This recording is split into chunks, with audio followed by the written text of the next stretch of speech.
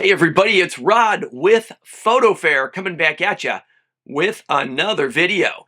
Today I'm going to talk about the Zeiss Makro Planar f2 100mm, a macro lens with a bright f2 aperture and a nice comfortable 100mm focal length. How good is it? Is it sharp? Is it worth the big bucks that they get for this lens?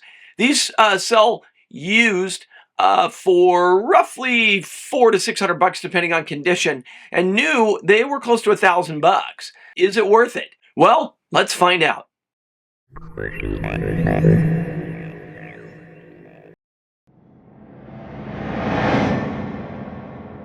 So the Zeiss Makro Planar, this lens can do double duty for you.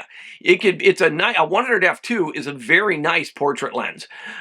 Gives you a little extra length over an 85, and really without sacrificing any speed.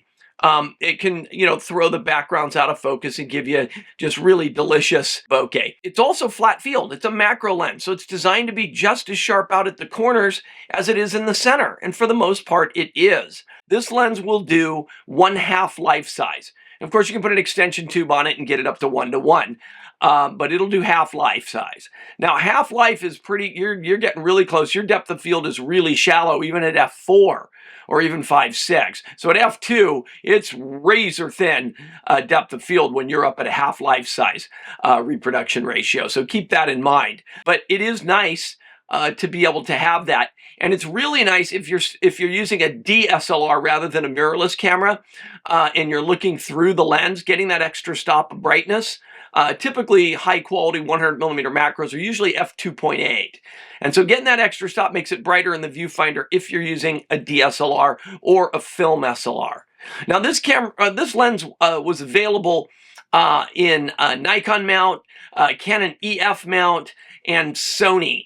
It's a manual focus lens, but it's got all the modern, optical coatings and all of that. And Zeiss still makes this series of lenses, and they're really, really good lenses. I've owned a few different versions. I own the 51.4 planar.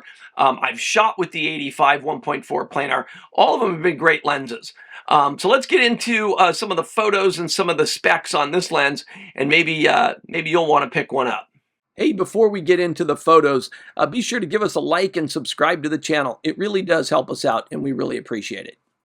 The first shot here is my lovely dog, Mindy, taken at kind of a portrait distance for her, not utilizing the macro range at this point. I shot it wide open. In fact, every picture I'm going to show you is wide open. The lens is going to perform a little better down at 2.8 and f4. So if you like what you see at f2, you're going to love what you see a stop or two down.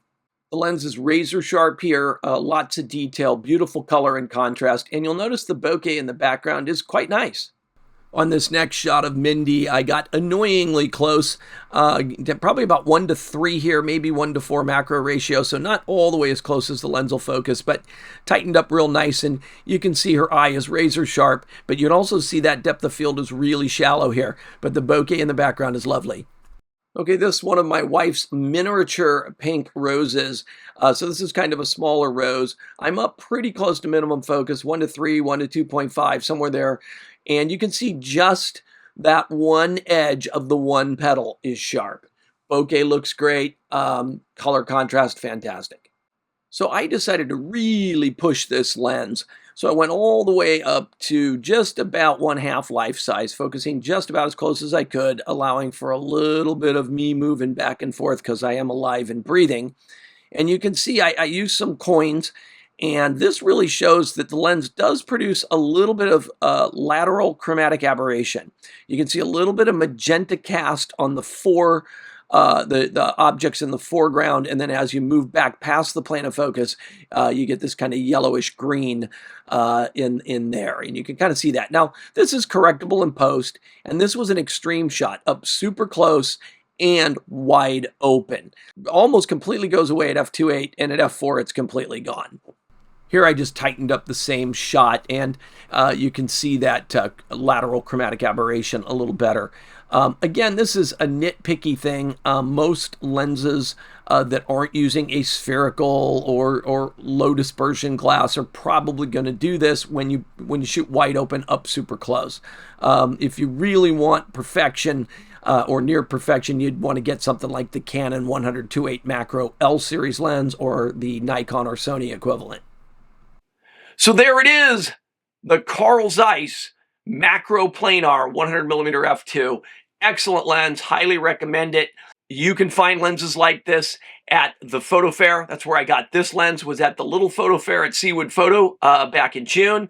You can find these on eBay, and you can find them at your local camera shop that sells new and used gear. Speaking of PhotoFair, we have a PhotoFair coming up in Portland, Oregon on September 21st. Go to photofair.com and get all the details about that show.